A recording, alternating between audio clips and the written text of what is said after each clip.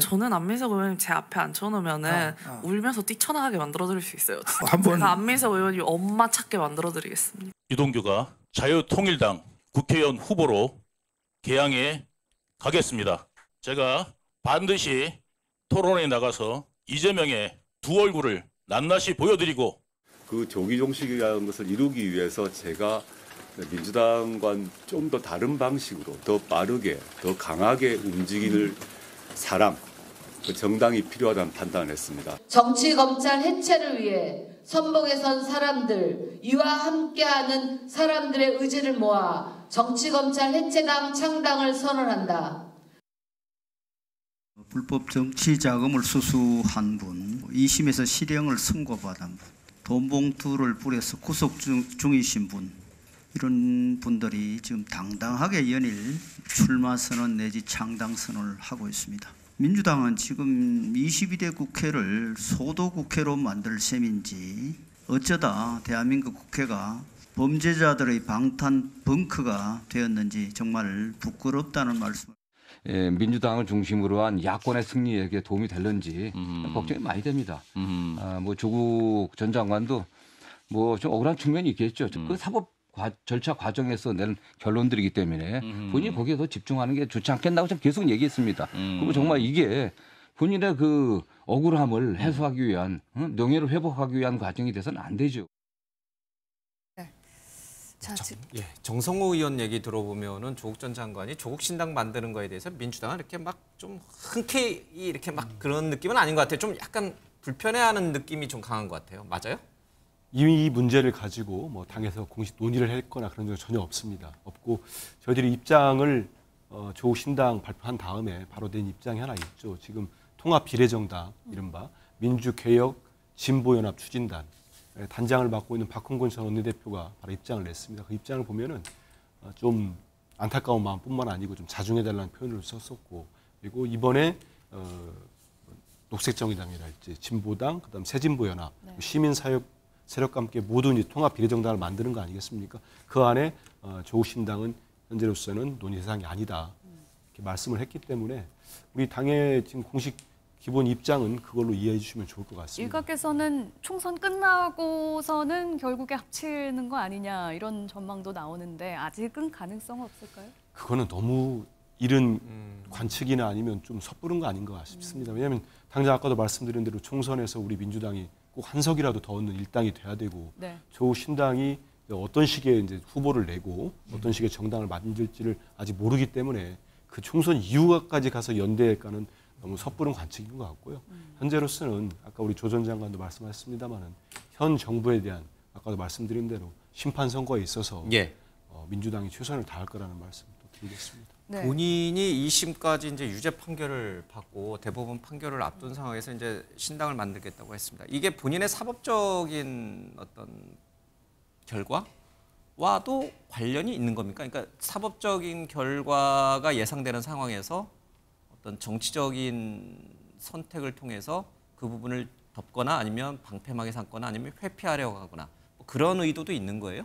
그러니까 조국 전 장관은 정치적인 명예회복을 의도하는 것 같은데요. 참 국민들에게는 이게 신뢰고 민폐죠. 만약에 조국 전 장관이 본인이 창당하는 당에 뭐 비례대표로 출마를 해서 당선이 된다고 가정해봤을 때 대법원에서 유죄 판결이 확정이 되면은 그날로 의원직을 잃게 됩니다. 그런데 그러면은 입시 비리를 저질러서 지금 징역 2년의 실형을 선고받은 2심까지 선고받은 상태에서 국회의원직을 몇 달이라도 가져서 그런 분이 국민의 혈세로 세비를 받아가는 게 맞습니까? 그리고 민주당도 여기에 대해서는 좀 입장을 분명히 해야 될 필요가 있는 게요. 박홍근 단장은 뭐 조국 신당과 연대하지 않는다고 합니다만은 정성호 의원도 방금 보시면은 그 친명계 좌장이신데도 조국 전 장관을 두고 억울한 측면이 있다 이렇게 좀 그 두둔하는 말씀을 하시고 정청래 수석 최고위원 같은 경우에 뭐라고 합니까? 큰 정권 심판의 큰 바다에서 만나자 뭐 이런 얘기를 공개적으로 하시잖아요. 그 얘기는 뭐냐면요. 열린민주당도 지난번에 총선이 끝나고 1년 반이 지나서 대선 전에 결국 민주당하고 합당을 했어요. 물론 민주당의 공식적인 위성정당이 아니었죠. 그러나 그때 열린민주당은 어떤 분이 국회의원이 되셨습니까? 최강욱 전 공직기강 비서관. 당시에 총선 시작하기 전에 이미 그 조국 전 장관 아들에 대한 인턴 증명서 발급으로 그 기소가 됐던 분이거든요. 그렇게 해서 결국에는 정치적 우회상장을 했던 겁니다. 이번에도 그런 우회상장이 없을 것인가 많은 국민들께서 의문을 갖고 지켜보고 계신다고 생각합니다. 이 부분은 좀 얘기를 해야죠. 제가 조 전 장관의 대변인은 아니고 조국 신당에 속해 있는 사람은 아닙니다만 그러면 우리 국민들이 지금 검찰권, 윤석열 검찰권 남용에 대해서 어떻게 생각하는 건 여론 수치상에 다 나옵니다. 검찰이라는 조직이 지금 얼마나 신뢰를 못 받는 게 다 나오고 있어요. 왜 그러겠습니까? 검찰 수사가 공정성과 형평성을 상실했기 때문입니다. 그럼 조 전 장관 입장에서는 본인의 명예회복, 말씀한 대로 대법원에서 최종 판결이 나면 거기에 따른 합당한 죄를 받으면 됩니다. 벌을. 그러면 지금 검찰권이 제대로 행사되고 있습니까? 정말로 그렇게 믿습니까? 대통령과 가까운 분들 수사합니까? 뇌물 받는 영상이 보여도 수사합니까? 이런 말씀을 볼 때는 저는 조 전 장관 입장에서도 분명히 억울한 점이 있습니다. 아까 윤지혁 원내대표 잔뜩 비난하시는데 귀당의 1심 지금 유죄 선고받은 사람 공천 단수 공천 확정됐습니다. 그런 분들이 한둘입니까? 너무 허물을 들추기 전에 본인 허물도 돌아보는 게 정말 정치인의 도리다. 이런 말씀 드립니다. 제가 딱 한 말씀만 드리겠습니다. 자꾸 검찰권 남용 말씀하시는데요. 판결은 법원이 합니다. 판결까지 검찰이 했습니까? 조국 전 장관은 법률과 증거에 의해서 지금 2심까지 유죄 판결을 받은 거고 그 판결은 검찰이 한 게 아니고 법원이 했다는 말씀. 그 얘기를 드리는 거예요. 변호사니까 아시잖아요. 지금 검찰이 수사도 안 하고 기소도 안 합니다. 그러면 재판이 됩니까?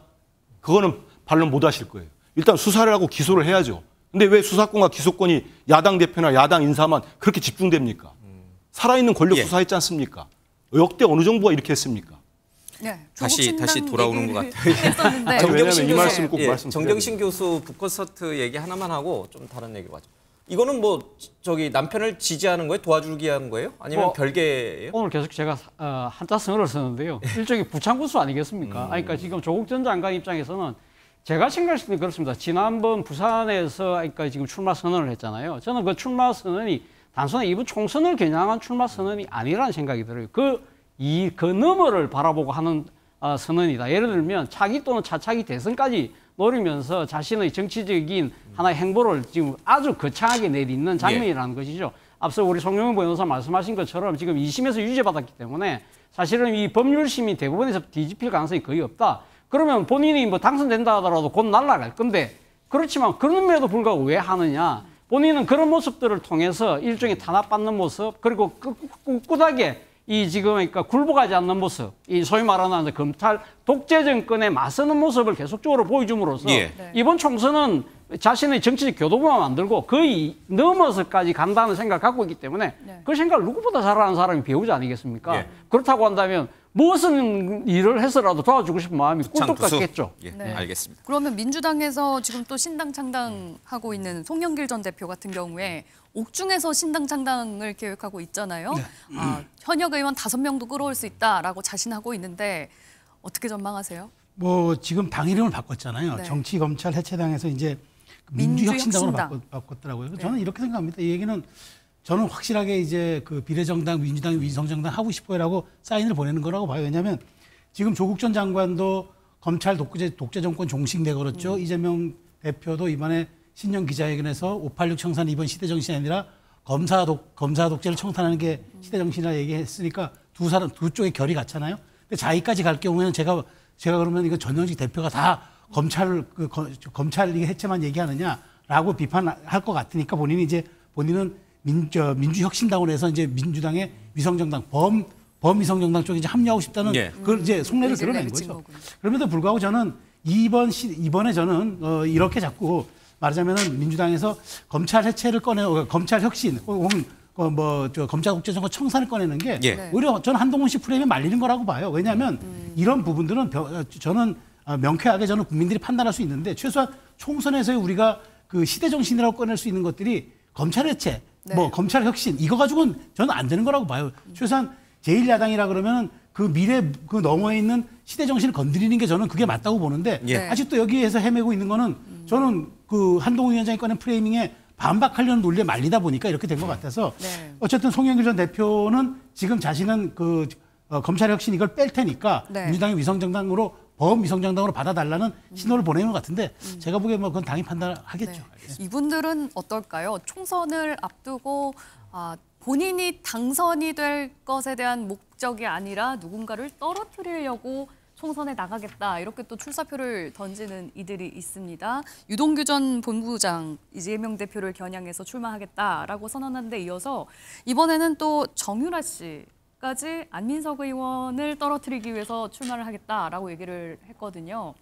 이거는 어떻게 봐야 될까요? 정치를 너무 희화한다 이런 논란도 있고 물론 그렇죠. 누구나 정치를 참여할 수 있겠습니다. 뭐 저는 뭐 한마디로 정치 블랙 코미디라는 생각이 듭니다. 뭐 말씀하신 것처럼 사실 이 총선에 뛰어드는 사람들은 상당한 이 결심을 해야 됩니다. 뭐 여러 가지 경제적인 뭡니까 비용도 많이 들어가고 상당히 여러 가지 어려운 장면들을 많이 돌파해서 나가야 되거든요. 그렇기 때문에 소위 말하는 범인들이 이렇게 이 총선에 뛰어들기가 쉽지 않습니다. 그럼에도 불구하고 유동규 씨나 정유라 씨 같은 경우 본인이 당선되려는 목적보다는 특정 상대를 지금 떨어뜨리기 위해서 나온다는 거잖아요. 한 놈만 팬다. 예, 그렇죠. 일종의 영화의 대사에 나온 한 놈만 팬다는 식인데 이런 부분들이 과연 이 지금 바람직하지 않은 부분에 대해서 많은 국민들은 우려의 시각을 분명히 갖고 있을 거예요. 그러나 저분들 입장에서는 또 나름대로 할 만한 이 여러 가지 정치적인 동기가 분명히 작동하고 있는 것이죠. 뭐 유동규 씨 같은 경우는 말 그대로 지금 이재명 대표의 지금 대장동 재판과 관련돼서 서로 지금 이제 인연이 악연으로 지금 돼 있는 상황이기 때문에 네. 어떤 식으로든 이 총선을 통해서 자신의 일종의 존재감 뭐 이런 부분들을 분명히 이 세상 사람들에게 각인시켜주면 향후 진행되는 재판에 유리하지 않을까라는 정치적 계산을 분명히 갖고 있는 것 같고요. 정유라 씨 같은 경우는 자신이 어머니와 관련된 그리고 그때 안민석 당시 의원이 그때 그러니까 이 최순실 씨가 해외에 도피시켰던 뭐 재산이 뭐 3조라는 그런 식의 이야기들 때문에 자기가 지금 영혼까지 탈탈 털리는 세무조사를 받았다. 그런 개인적인 앙금들이 지금 쌓여서 지금 이렇게 하고 있는 부분인데 물론 그분들의 뭐 이 개인적인 동기는 충분히 뭐 납득은 됩니다만은 이런 식으로 모든 정치적 관심이 거기에 쏠릴 경우에는 정작 그 지역의 유권자들은 뭐가 되느냐는 것이죠. 유권자들 입장에서는 공정한 나름대로의 잣대에서 심판을 하기가 쉽지 않아진다는 거. 그 지역의 이슈가 사라져버린 예. 그런 꼴이 되기 때문에 상당한 이 정치적인 피해가 생길 수 있다는 거. 알겠습니다. 네.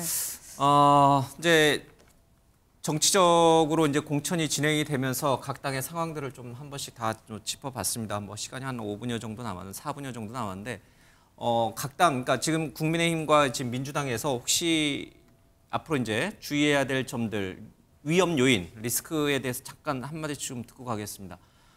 국민의힘은 지금 김건희 리스크가 다 사라진 건가? 김건희 여사 리스크는 다 없어진 것인가? 아니면 선반영돼 있는 것인가? 지금 덴마크 출장을 대통령 순방을 연기했고 김건희 여사가 또 과거 경찰관 유족분들에게 뭐 선물 편지를 보냈다는 얘기도 흘러나옵니다.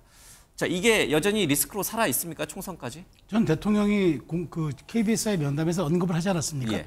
저는 이제 대통령 중심제하에서 대통령이 대담을 통해서 말한 거는 최종 상태를 의미합니다. 그러니까 더 이상 여기에 대해서는 또 당사자, 그러니까 뭐 대통령 영부인이 그 관련된 일이기 때문에 예. 저는 그걸로서 이제 이 사태는 말하자면은 입장 언급은 종식이 됐고 예. 이것이 이제 민심에 어떻게 반영될 것인가는 이제 오롯이 이제는 그거는 이제 국민들의 판단에 남았는데 다만 저는 이제 이 문제에 대해서 이제 국민의힘이 총선을 치를 때 여러 가지 이제 뭐 야당이라든가 상대당에서 이제 문제를 제기하지 않겠습니까? 예. 저는 이 문제를 얼만큼 말하자면 대통령의 입장과 맞춰서 국민의힘이 더 이상 이제 논란이 확산되지 않도록 이슈 관리할 수 있느냐, 요게 이제 관건이 될 것 같고요.